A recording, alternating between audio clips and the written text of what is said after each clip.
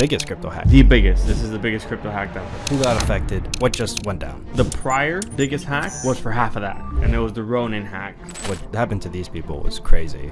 And you have coins on this exchange, you're likely going to try to be like, oh, I want to get out. CEO comes out just confirming that there was a breach, something did occur, there is a hack. Yeah, I would say that's almost catastrophic.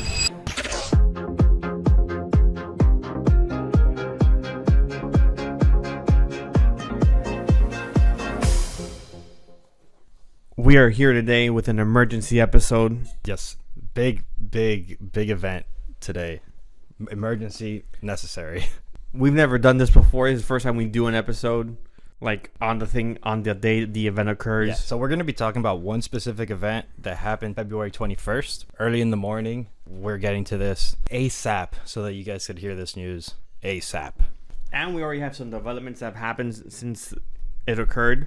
So we're not too late. We have the most up-to-date info we can provide at the time. Yeah. So essentially, which by the time this is out, it'll probably be somewhat old. Okay. So essentially, we just witnessed one of the biggest crypto hacks ever, if not the biggest crypto hack. The biggest. This is the biggest crypto hack ever. It is massive, absolutely mind-boggling. Who it happened to, how it went down. There's a lot to unwrap in this episode, and I think we should get straight into this actually. So, William, how did this happen? Who got affected? What just went down? So from what we saw, what we see, it's Bybit's cold storage ETH wallet was hacked for $1.47 billion, pretty much, worth of ETH. About 401,000 ETH. That is give or take huge. That was not just all in ETH, it was ETH staking protocols. So it was a whole bunch of tokens. That is huge. $1.4 billion worth of ETH is crazy. The prior biggest hack was for half of that. Was for less than half. Was for $625 million. Yeah. So, and it was the Ronin hack. Yeah, as crypto assets become more valuable, we're gonna see bigger and bigger risks being taken. This what happened to these people was crazy. But I mean, granted, the value goes higher, less assets need to be stolen, and it really is the biggest hack that's happened so far. Like you said, Ronin, 600 million versus 1.4 billion. And it's crazy because these people had their assets. Bybit has their assets on a multisig wallet, something that does in fact make crypto more secure. But the attack vector utilized for this hack was pretty much what the multisigs don't cover. Well, I don't think there's many wallets that can cover it. No, specifically multisigs, not at all. Multisigs doesn't cover from this attack. This is essentially like a supply chain attack of sorts, a man in the middle, maybe you might say.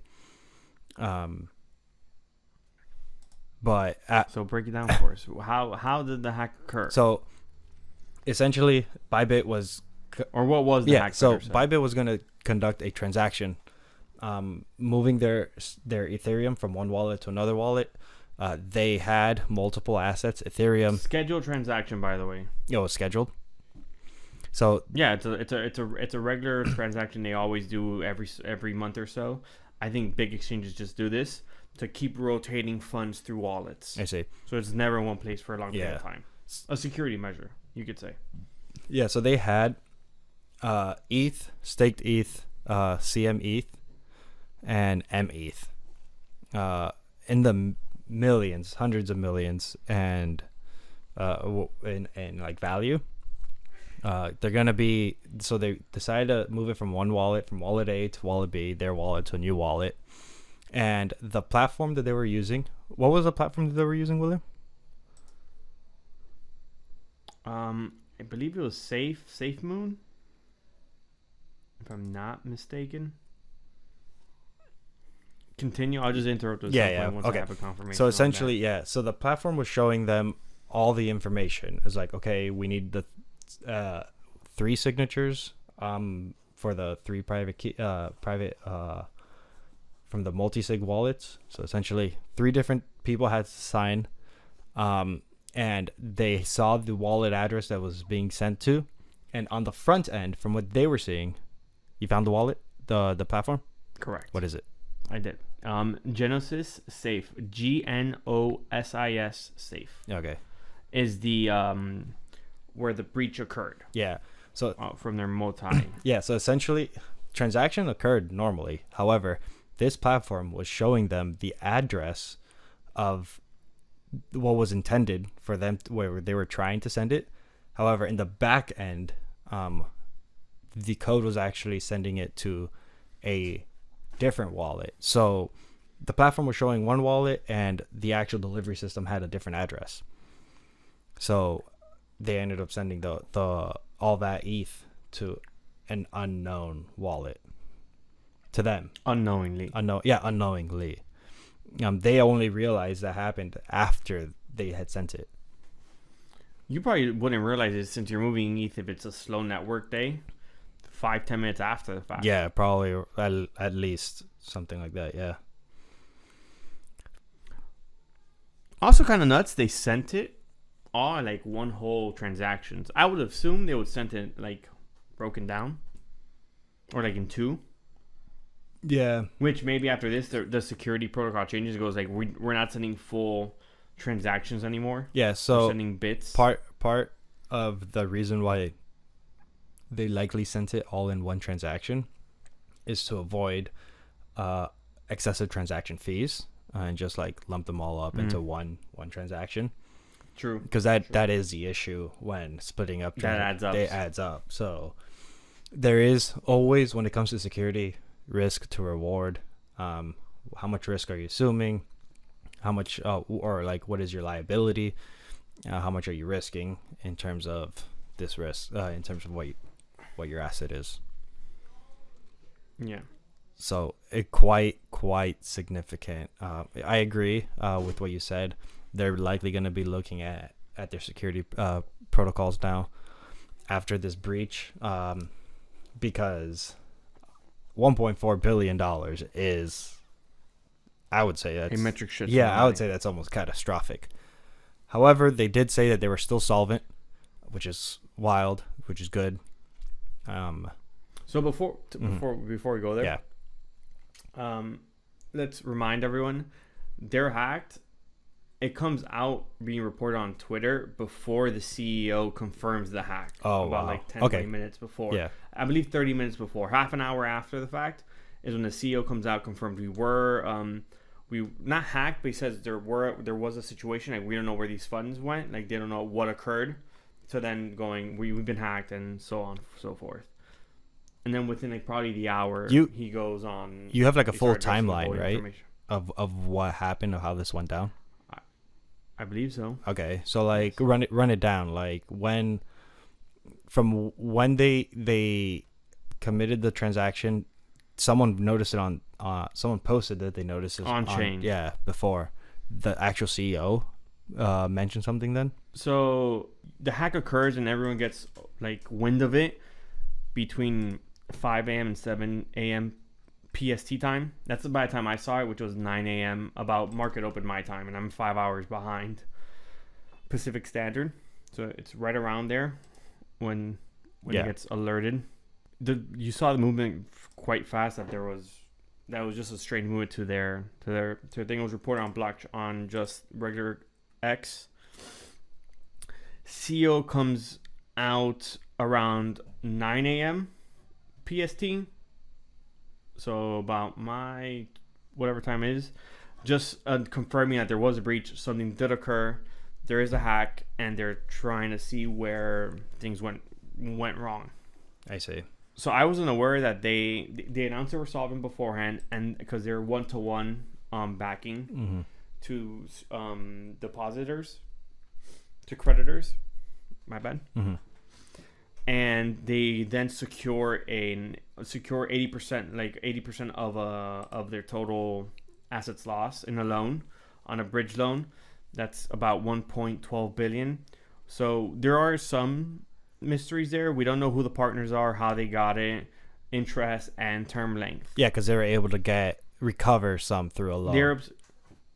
Through a loan, 80% of it for the ETH withdrawals. Mm-hmm.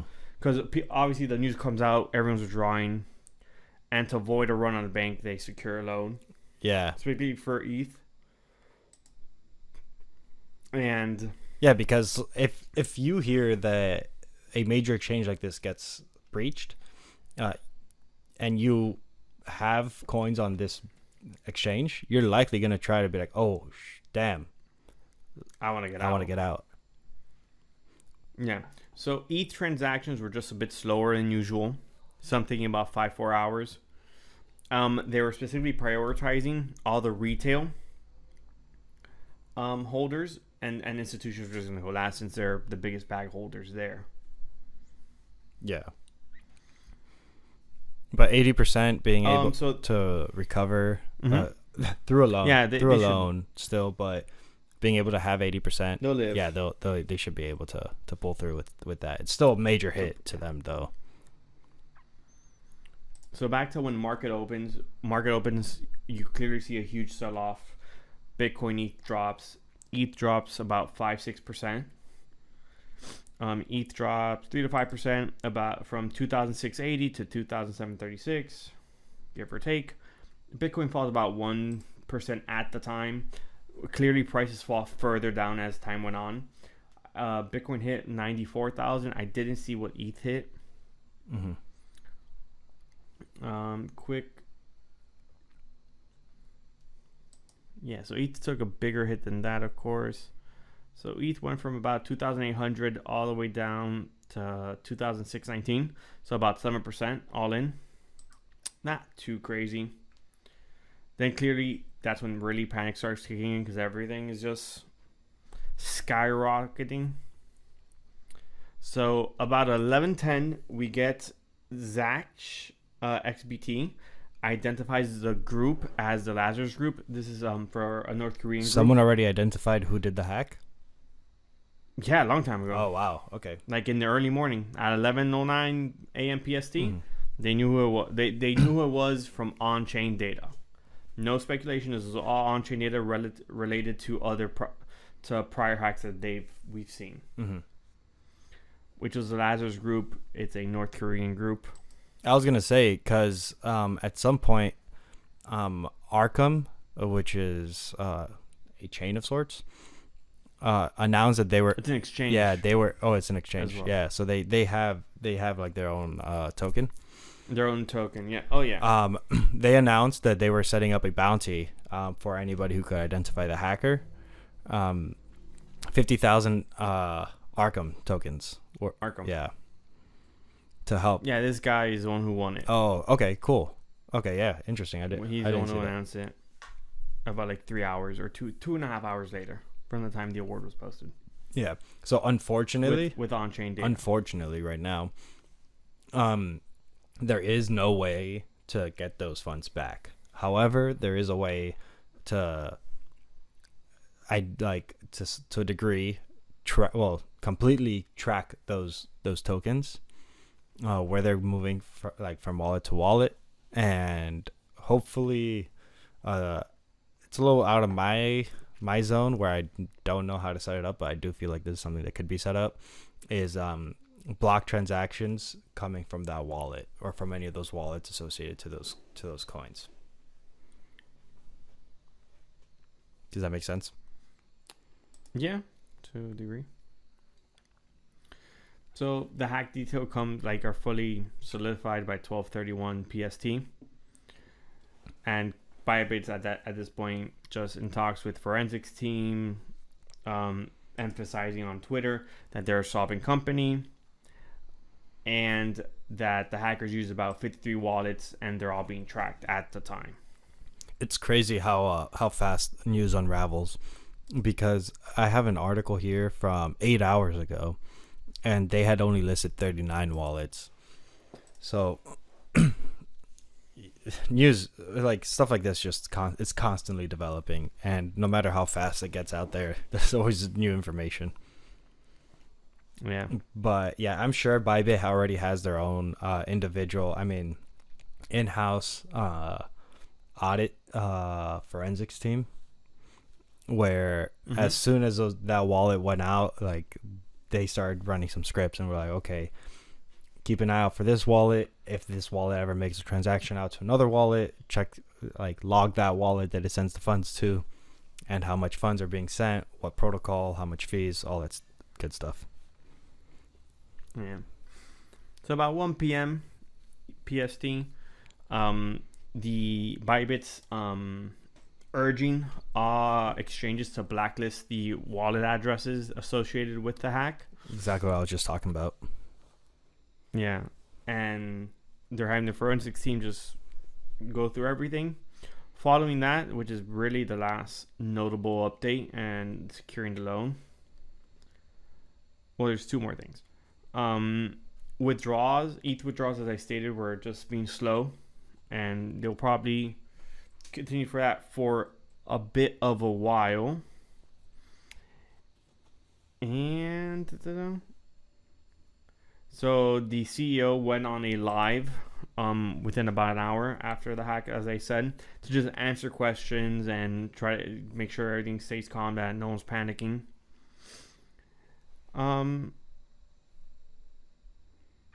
Yeah, that's about it. Really, everything else was about the loan and collateral and all that. But there's nothing too crazy. I see. Yeah, again, first time that we see a major hack like this for a multi-sig wallet. This does raise concerns for other exchanges. Are their security measures, protocols accurate and appropriate for their assets and what they're doing? Because one major concern that I have as someone who does use centralized exchanges is how much of my assets can I actually hold on these centralized exchanges before I need to pull them out and put them into something that I manage myself. And this is going to be, it sucks for Bybit, it really does, but this is going to be one of those wake-up calls for the other exchanges to just double check their work and do an internal audit of their own protocols and hopefully avoid this again in the future. Yeah. Not crazy. It did affect the market. It was a red day all around. U.S. session was red for crypto, red for U.S. stocks for high inflation and unstable economy. So that's always fun. And on top of that, Bybit, every Friday since like January, we've had something different on every other Friday. Past 3 Either weeks. Be a meme token, tariffs, whatever it may be. Past 3 weeks. They'll have a green weekend. Yeah, the past 3 weeks, weekends specifically, have been brutal. Including this one. My bad. Past 2, including this one. Hopefully, since this was pretty much a contained to just Ethereum, hopefully this doesn't blow over the entire market, and that it does recover relatively fast.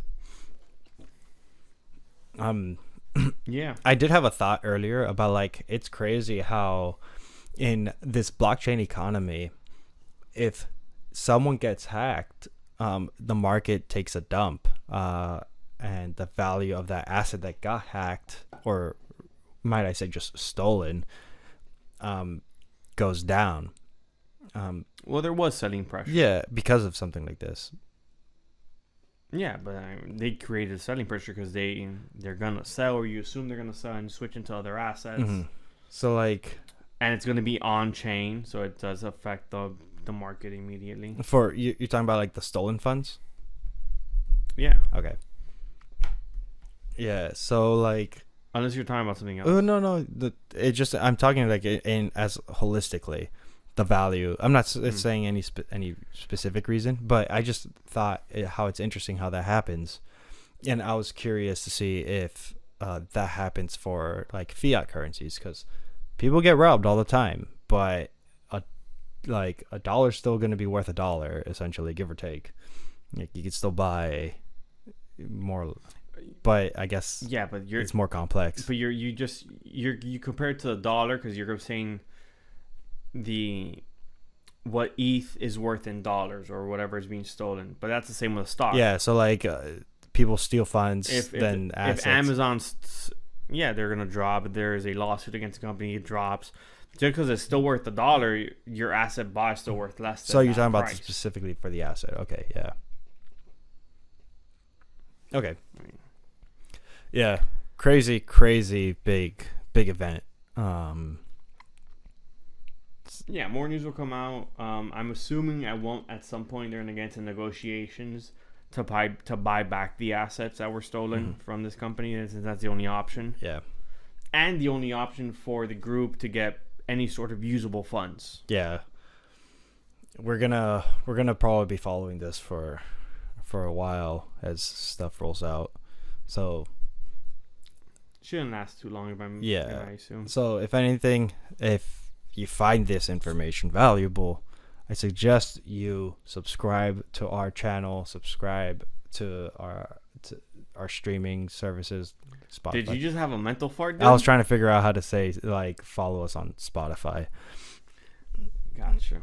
I think that one's more. You click follow. Yeah, just right follow. There it says follow on the bottom of the picture. You click it, and you're following, and they'll pop up every week. Yeah, every week we are always providing new stories like this, and just following the crypto market. Don't forget, this will probably be out hopefully no later than maybe 24 hours from now. Mm-hmm. Ideally, maybe it could be a little later. Don't forget to tune into the prior episode and the prior clip that was out from a prior episode from that prior episode. Yeah, we have a lot of good content on this. All good info. I think we have a lot of good content. I feel like personally, I'm not biased or anything, but I think we're slept on a bit. William. I think for a smaller channel we are. So notification bell, hit subscribe, like the content, comment. Tell Alex he looks cute. All right, guys, tune in next Friday for a brand new episode of our regularly scheduled podcast. Sometimes crypto. Yeah, this is Sometimes Crypto, the unscripted crypto podcast. Hey yo.